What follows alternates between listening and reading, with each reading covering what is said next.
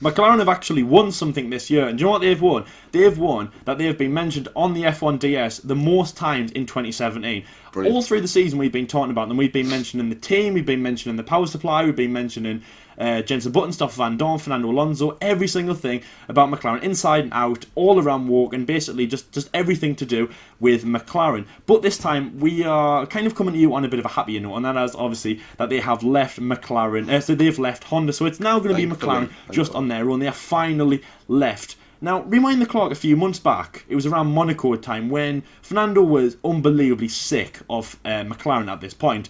They had broken down more times than... I can't think of a cool now. They had broken down absolutely loads at this point. They had broken down so many times. They'd broken off the biggest one. A big one at that point was Russia. Then Fernando Alonso went to IndyCar, had a bad result there from the Honda power supply. They broke down absolutely loads of times. They broke down in Canada. They broke down in Baku. It was just, you couldn't keep track. You couldn't keep track of how many times they had broken down. Yeah. And then they were going to leave. So there was talks in the news that obviously Honda were going to leave McLaren. McLaren wanted Honda out. And then, of course, Fernando Alonso went to criticise Honda. He was having to go at them quite heavily. He was saying that he wasn't succeeding this year because of Honda. He wasn't getting the points that he wanted because of Honda. And he wants to leave because of Honda.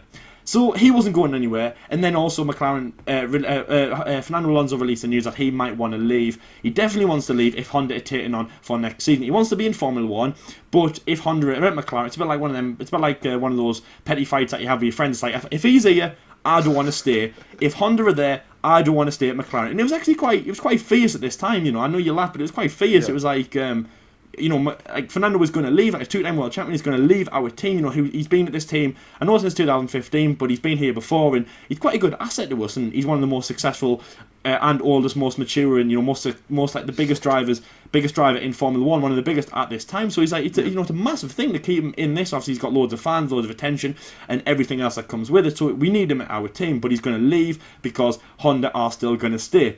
But it's finally happened.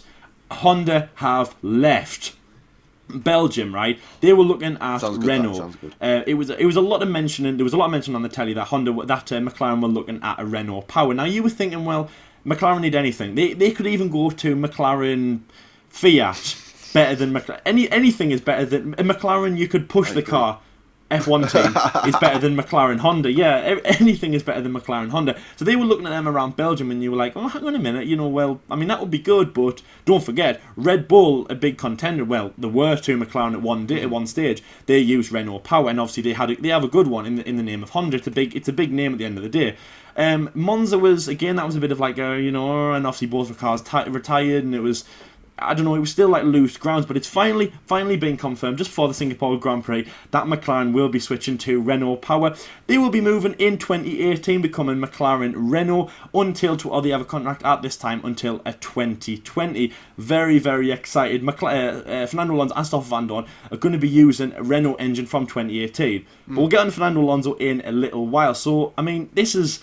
massive. So, John, I'm going to quickly bring you into this, McLaren fan. Yep. Now, you took on McLaren in 2015, the same time as Fernando Alonso came. He was really excited to be joining Honda once again. We were all excited to see them back. Obviously, we knew them in the glory days of the 80s and the 90s with Ayrton Senna and people like that, and they bombed. Mm-hmm. Now, just... let's take it back to, for example, like Monza or, midway through the season or the start of the season when you were bombing so much. It was like, what did you see the future of McLaren being? And, did you think you were going to get rescued like you have?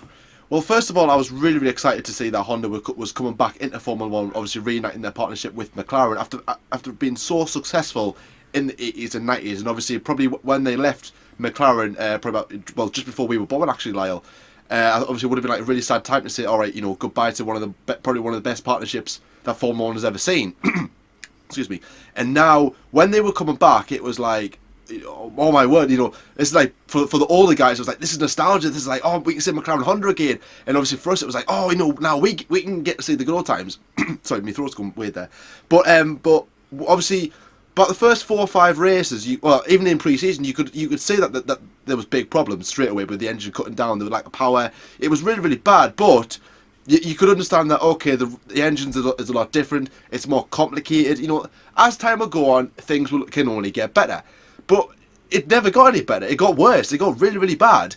to the point of where, you know, they nearly split in the end of 2015. There was talks of them going back to Mercedes. Well, that's been like a big topic, I would say, for the past 2 or 3 years now, where McLaren and Mercedes were going to reunite. And at one stage, it looked like it was going to happen.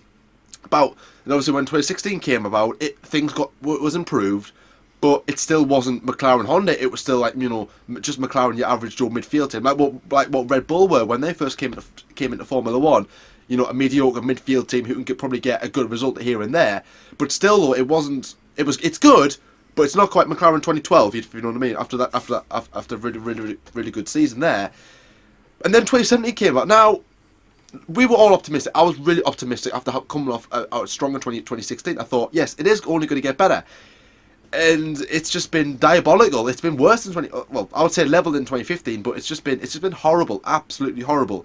And I was thinking to myself, you know, we can't go on with this any longer. You know, Honda is destroying the legacy of McLaren, and it's like, what's taken Honda so long to understand that, you know, the engines and, you know, how to, you know, make it more powerful. You know, obviously we now aren't in the engine industry. You know, we don't know how it works, but, you know, Renault, all right, you know, they're not the best, but they can see they can get, you know, a race winning car like in the Red Bull, like, you know, get the car on the podium. The Mercedes and the Ferraris, they understand it.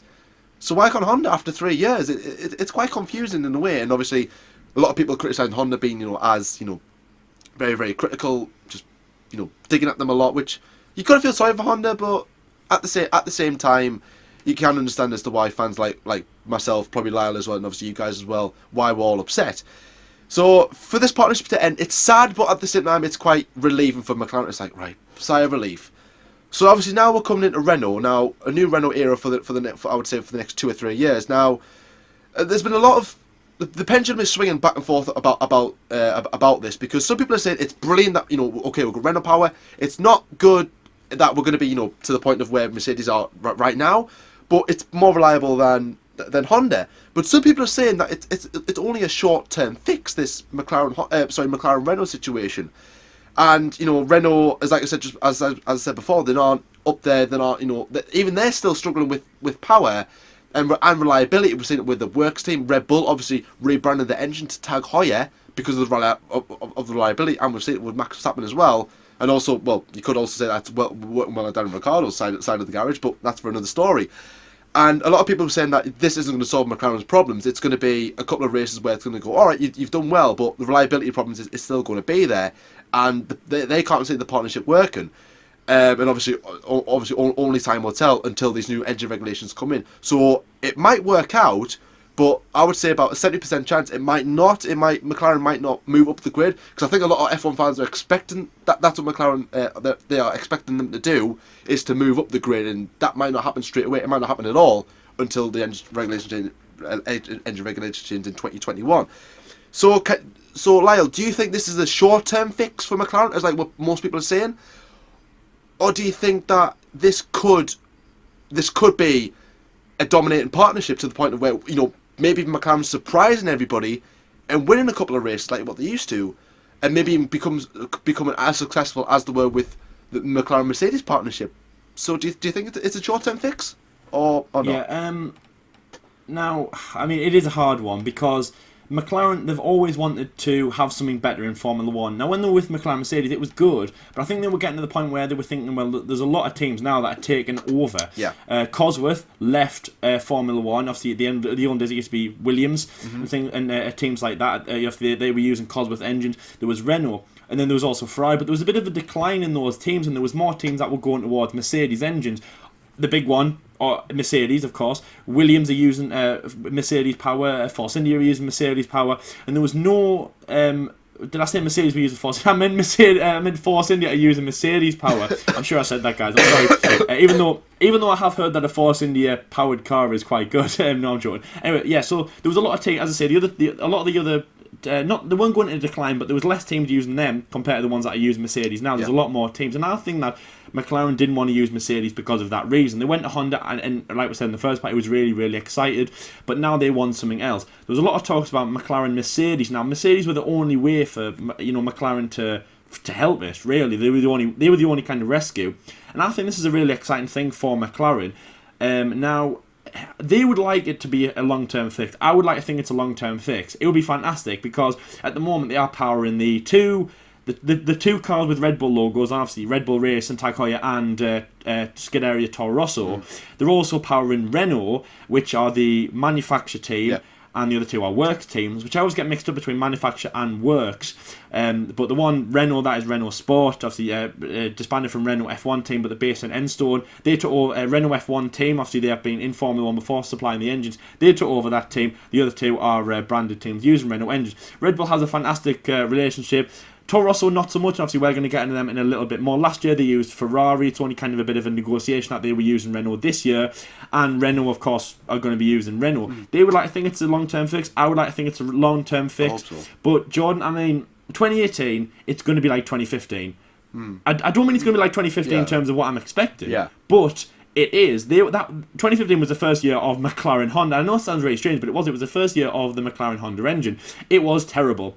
They went on to 2016. At the end of 2015, they probably bit the tongues a little bit and went, "This has been pathetic." Like really, really bad. It's almost a bit like. For example, like let's say a big team in football, a bit like I don't know, like Chelsea or Man City, Man U, going from like the big top champion Premier League winning team to in the relegation zone. A little bit like what West Ham have done this season, starting it off. Obviously, no offense to any Hammer supporters out there, but it's like it is quite it's not fantastic. But they ended the season like that. I'm not saying West Ham are going to. Don't I'm sorry, Hammer supporters. Don't beat us up. But you know what I mean? It's like it was really, really bad. But they bit their tongues a little bit at the end of 2015, Jordan. They were like, this can get a bit better. 2016, they bit the tongues, but it was a bit of a lesser grip because they were like, this season's been a little bit of an improvement. So in that sense, at the end of 2018, if McLaren Renault bomb, it's going to be like, right, okay, we'll give them another season, and that's going to be the same as the end of 2019. So do you think it's good? Like for example, at the end in 2018, sorry. If McLaren Renault have a bad season, is that going to be like the same as that? Do you think they're just going to scrap them straight away? Because they can get out of contracts for sure. I mean, they're a big work team. Or are they going to keep Renault on, say if they're doing badly, like they were with McLaren Honda?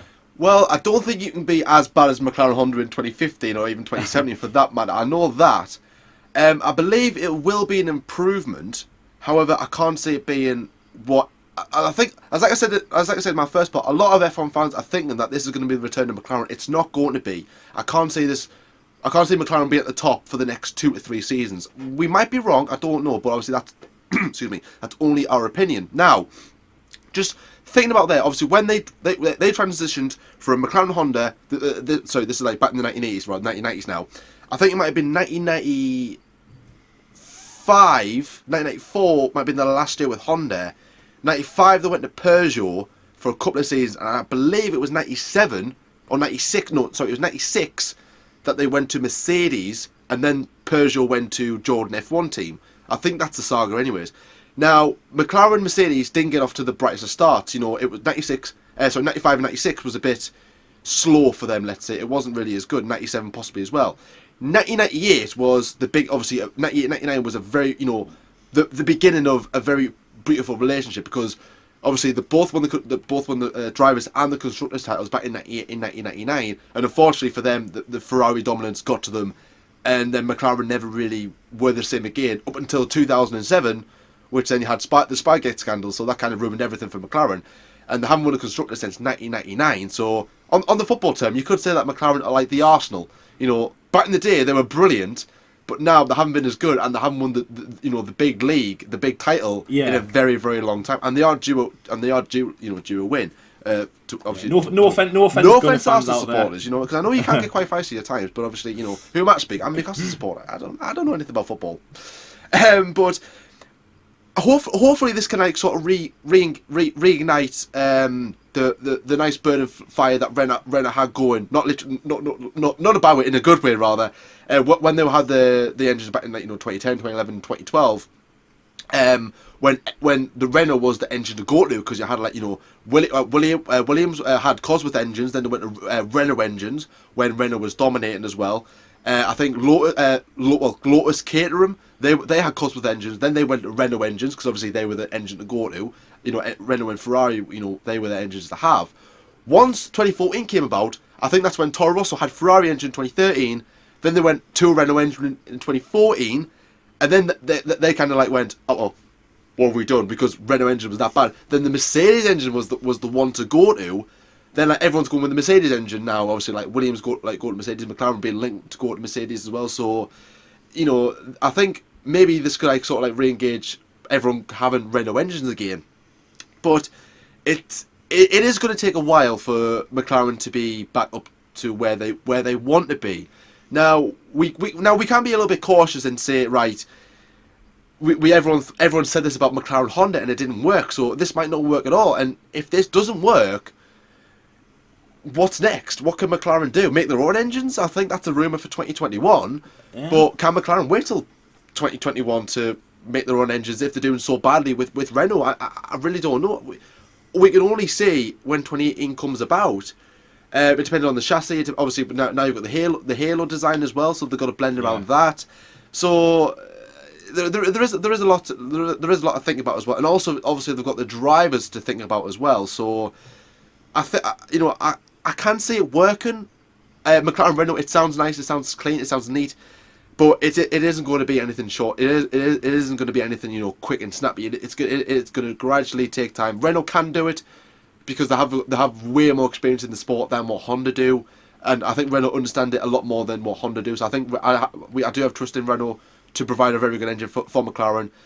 But obviously, just finally on the segment, like on the drivers. Now we know Fernando Alonso. We still don't know where he's going to go. Likely chances now, since McLaren have signed with Renault, he is going to stay at McLaren for another year. But obviously, nothing has officially been confirmed.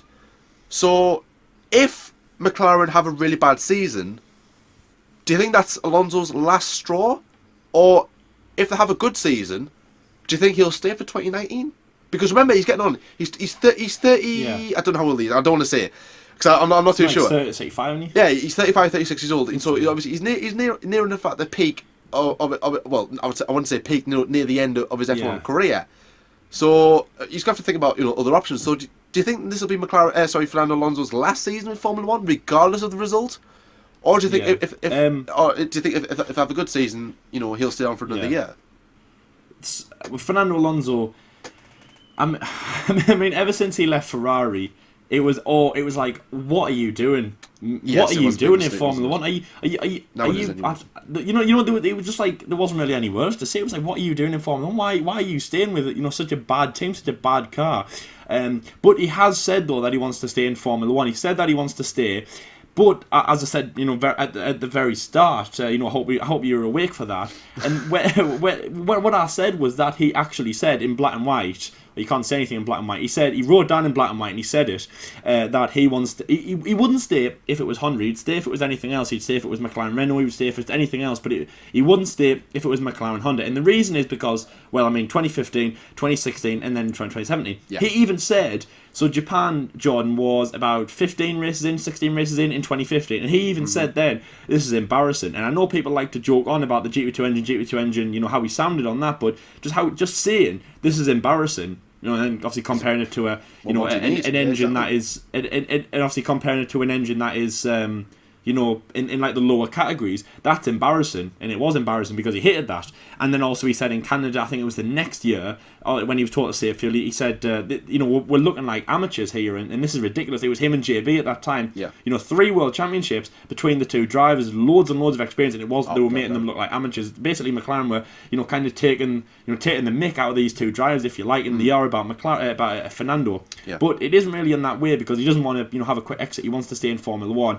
Now, Williams were on the cards. Williams were on the card for JB last year. I don't think we predicted him to go to Williams next year, or this year even, like next year, obviously after 2016. I don't think we did that. But if you have watched the predictions for this year, I predicted Fernando Alonso will go to Williams next year. Now, that was looking like it was going to happen, okay? And I'm not going to I can't really take it back, because that was kind of our locked-in result, our answers. But I can tell you now that, now that McLaren Renault have been signed, I now think that he will stay with McLaren for 2 reasons. One, because he wants to stay in Formula One. He wants to be with a winning car, and I think he'll give this a chance because it's just a new venture. It's a bit like Haas, really. I mean, kind of. It's a bit like when Lotus turned into Renault. Actually, it's like a new adventure, new team, new regulations, and for sure that's what brought Fernando from Ferrari to McLaren. It is really, obviously they were just with a Mercedes engine at that time, and then in 2015 when it was announced that they were going to be going to Honda, that's when Fernando went from Ferrari, a very comfortable seat at Ferrari, and that was definitely one of the best few years he's ever had. I know he didn't win the championship any single year, but he still had an amazing 4 years with the Scuderia, and that's what brought him over. And I think he'll stay with Renault because it's exciting, it's a new venture, it's really interesting, and also as well, if he didn't, where else is he going to go? Massa might leave, that's why I said Williams, but again, Williams might not be in that position where they'll win. They have a Mercedes engine, they do for now, but I think that he'll stay with McLaren. He'll have a strong season with the McLaren, and I think he can keep going, because I'll tell you something, there is no cap. There really isn't any cap in terms of drivers. I don't know what the oldest driver was, but you could definitely be... Michael Schumacher was 40 when he came back into Formula One. I know the oldest driver was 53-year-old, but that was back in the 1950s. Wow. So obviously it was a lot different. That was probably a bit dated. I don't think Alonso will stay till he's 53. But it's not really how long Alonso can do in Formula One. It's also about how long the team want to have him, because it's like we've got 17, 18, 19, 20, 21-year-olds waiting. Do they really want to afford having someone in? But as I said about the 40s, Alonso, we could stop it there and we could say obviously McLaren Renault till 2020. If they stay those 3 years, so will Fernando. I think Fernando Stoffel for those 3 years will be fantastic. At 2020, Fernando, you can leave if you want. Stoffel can even leave if he wants. Probably not, because he'll be in his mid-20s and he'll be comfortable, and he'll have had about 4.5 years under his belt at Formula One. He can stay, but Fernando can leave then, and that'll be an absolutely fantastic career. That'll have spanned over 2 decades. That is really, really amazing. But I don't think he'll leave this year. I don't think he'll leave next year. If it's an okay car, if it's not fantastic, I don't think. Do you know what, Jordan? I think Fernando's not one of those kind of guys to pack the towel in at the last minute. Do you know how I know that? How? Because if he was, thank you for asking. If he was the kind of guy who threw in the towel, we wouldn't be talking about him right now. Because do you know what had happened to him? He would have left at the end of 2015, because he is the guy he's got enough charisma, and he's got enough, he's got a big enough kind of personality in Formula One to say to Ron Dennis, or who, I think he was in charge. Ron Dennis, who was in charge at that time. I'm not staying with Honda, and I'm going to pack my bags, and I'm going to leave, go back to Barcelona. I'm not staying here. Yeah. He would have left at the end of 2015. So that's how I know that Fernando won throwing the towel. His dedication and his his passion for Formula One. It's great to see that he's went through these 2-3. Actually, no. Let's say 4 years, because he had that really bad deal with Ferrari, didn't he, in 2014? So you could say the past 4 years have been awful for Fernando Alonso ever since ever since his last win in 2013. Ever since 2013 season, it just hasn't been the same for Fernando. So you could say, right, it's either because he's still here because either because he wants to win in Formula One and he is dedicated and he loves the sport, or his bank balance is getting bigger every month. Who knows? I don't know. Maybe both. I don't know. No. Do you know what I mean? Jordan. No. I know we like to joke on about, drivers stay. I know we like to joke on about drivers staying in Formula One for the money and things like that. But I've got to say that Fernando, I think he's staying just for the pure driving. Again, he's not someone to throw in the towel. I think he's going to be a McLaren for a good few years now. He has it in him. So, yeah. He has it in him. Just quickly, John, because you're a massive McLaren fan. You follow Fernando. I am. You had massive charisma when he came to the team. So do you think he's going to last the distance? Because also on kind of the flip side, it's like, one, who's going to replace him, and two, why would Fernando leave? Do you think he might even lose a bit of fans and respect for doing that? He hasn't thrown in the towel yet. That's probably the last thing. That's one of the best things about him. Yeah. He hasn't thrown in the towel with Honda. So if he does it with Renault, do you think that's going to be he's a bit of a bit of a wet sponge in this instance? I would say it depends where other offers will come from for him to stay or not. Now, Alonso, he said that he wants to be in a winning car in 2018. I can't see. He might know something we don't. He might see the future in McLaren Renault. He might say in 2018, all right, look, this is looking good. The chassis is looking good. The engine is looking good, or sounding good rather. So he might think, we could actually have a bit. We could put a threat on the Red Bull guys, or even the Ferrari guys, depending who falls away from the pace. Ambitious, I know, but you never know. I would like him to stay in Formula One. For after 2018, I don't know. I really don't know, to be honest with you, because one of his aims, obviously, well, as we all know, one of his aims is to win the Triple Crown. That's also that's Le Mans, the Monaco Grand Prix, which is already done, and IndyCar. So 1 down, 2 to go, really. And Alonso, as like we said, is getting on a bit. So if he sticks around in Formula One, trying to win another title, you know, he's going to go, right, I'm 38, 39-year-old, you know, and all the IndyCar teams are going to go, experience, but, you know, young Billy over here wants, wants to drive, so, you know, we are going to give, you know, we're all going to have times for all these like you. I don't know what they might think. But as like I said, I do want him to stay in Formula One. Yeah. And if he does win the title, say 2018 or 2019, he'll retire instantly. He'll do a Rosberg. Really, obviously, won't be as shocking. I think once he wins the title, if he does, that's it. Alonso will go 2 days later. All right, I'm quitting Formula One. I'm going to do something else. Do you actually think that'll happen? Though? Do you think he'll actually win that? I don't know. I hope so, but I don't know. I'm just saying, if it does happen, that's what will happen. Yeah. He'll go, right, that's it. Title done. I've got a 3rd title. I'm happy now. I'm gonna go back to Barcelona, chill out, and then start the next chapter in my motorsport career. But obviously, guys, leave your opinions in the comment section below about what you think Alonso will do. Yeah, exactly. I mean, it's open to what he can do. If he does, though, it will be a massive thing, because he'll have won in 2005, 2006, and then 2018 and 19. Just imagine seeing that on like the Formula One website, for the bios of world champions. That's crazy. That just one also last thing I'm going to quickly mention, that obviously Honda want to stick about in Formula One. It's also been said that McLaren Honda was a bit of a disgrace for their guy in charge. I've forgotten his name. It's a long Japanese name. The guy in charge, he is not very happy with how McLaren Honda have been in the last few years. Said that McLaren, how they've basically left Honda, it's not very good. It's not very fair. They also had a contract that I think it was until 2022. Obviously, that's being broken now. And Honda do want to stick around and kind of rectify the few years that they've had with Honda. McLaren, sorry, that's been quite bad. And 2, because they're a big name again for the 80s and 90s, and they don't want to let that go to shame. So again, there, Honda are kind of Formula One fishing at the moment, trying to find a team, trying to find a deal, and things like that. So just beware that you might find a Honda in the paddock. When it comes to Formula One, you're probably thinking, some of the biggest car manufacturers to be involved in the sport. Obviously, you're probably seeing the likes of Ferrari, Mercedes now, obviously dominating the sport. It is really awesome to see.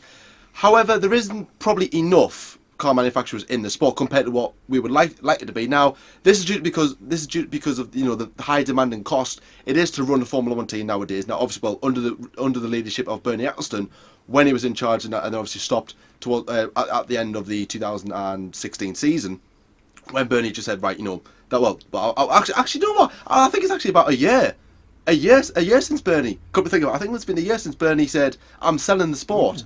Yeah. Well, actually, yes, it was Singapore. Because I put the question on your Friday grid was what was happening around this time, and it was Liberty Media too. My God, yes, it was actually a year to the day that Liberty Media took. Wow, well, there you go. That's so cool. You learn while you're recording. How good is that? So yes.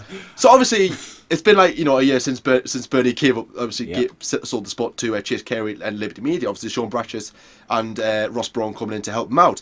So. And obviously, this has led to a couple of big car manufacturers, one in particular, which we're going to talk about, to enter Formula One. Now, this car manufacturer, obviously, you know them very, very well. A German car manufacturer has been, linked with the sport a lot recently, because the brand new the engine regulations that changed in the year 2021. A lot of meetings have been taking place about these engines. I think the likes of Audi were there. I think Jaguar was interested. Aston Martin as well were apparently there. And obviously, one of the guys that we're going to be talking about, one in particular, obviously, which you'll understand why as the video goes on, is Porsche. Now, Porsche have just dropped out of the WEC, obviously, after, I would say, a very successful year. Obviously, but a bit behind Audi, let's say, depending where that pendulum swings. But Porsche, that obviously, you're probably thinking, hang on a second, Porsche in WEC, in Le Mans, that sounds a bit familiar. Obviously, Nico Hülkenberg won there in 2015 with the team, so that'll be quite nice to see, obviously, a nice little reminder for Nico Hülkenberg there, winning something, I guess. Anyways, moving swiftly on. So Porsche is now interested to to be involved in Formula One as an engine manufacturer, but also emerged that they could actually make their own team. Now, this is the possibility of this coming about. I'm going to throw my opinion there now, just before I carry on. I think this is only paper talk. I can't see it. I can see them supplying the engines. I can't see them being involved in the team. But we'll move on.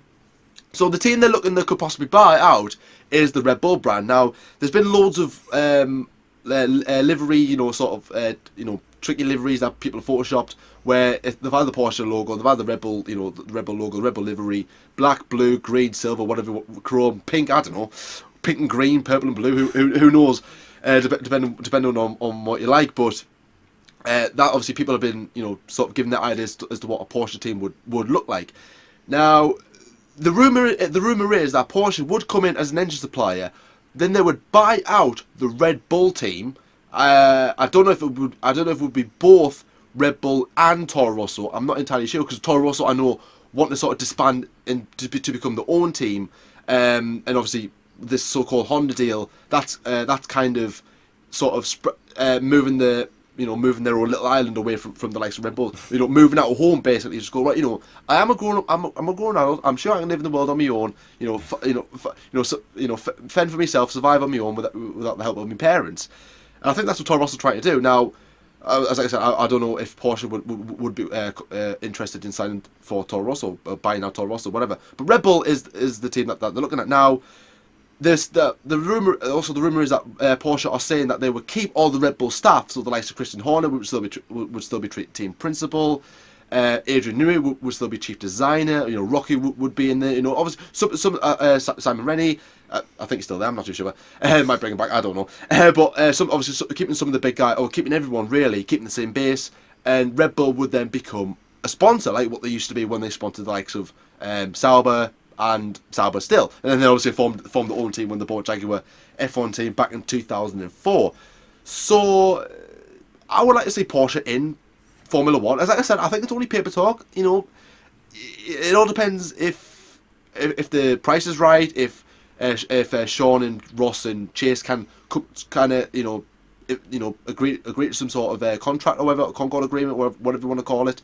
Because there has been other teams, car manufacturers, more Alfa Romeo, who've also been tipped to come into the sport as a Ferrari third team, second team engine supplier, and that was one of the engines that McLaren was linked with to have instead of a Honda engine before. Obviously they've now signed with Renault.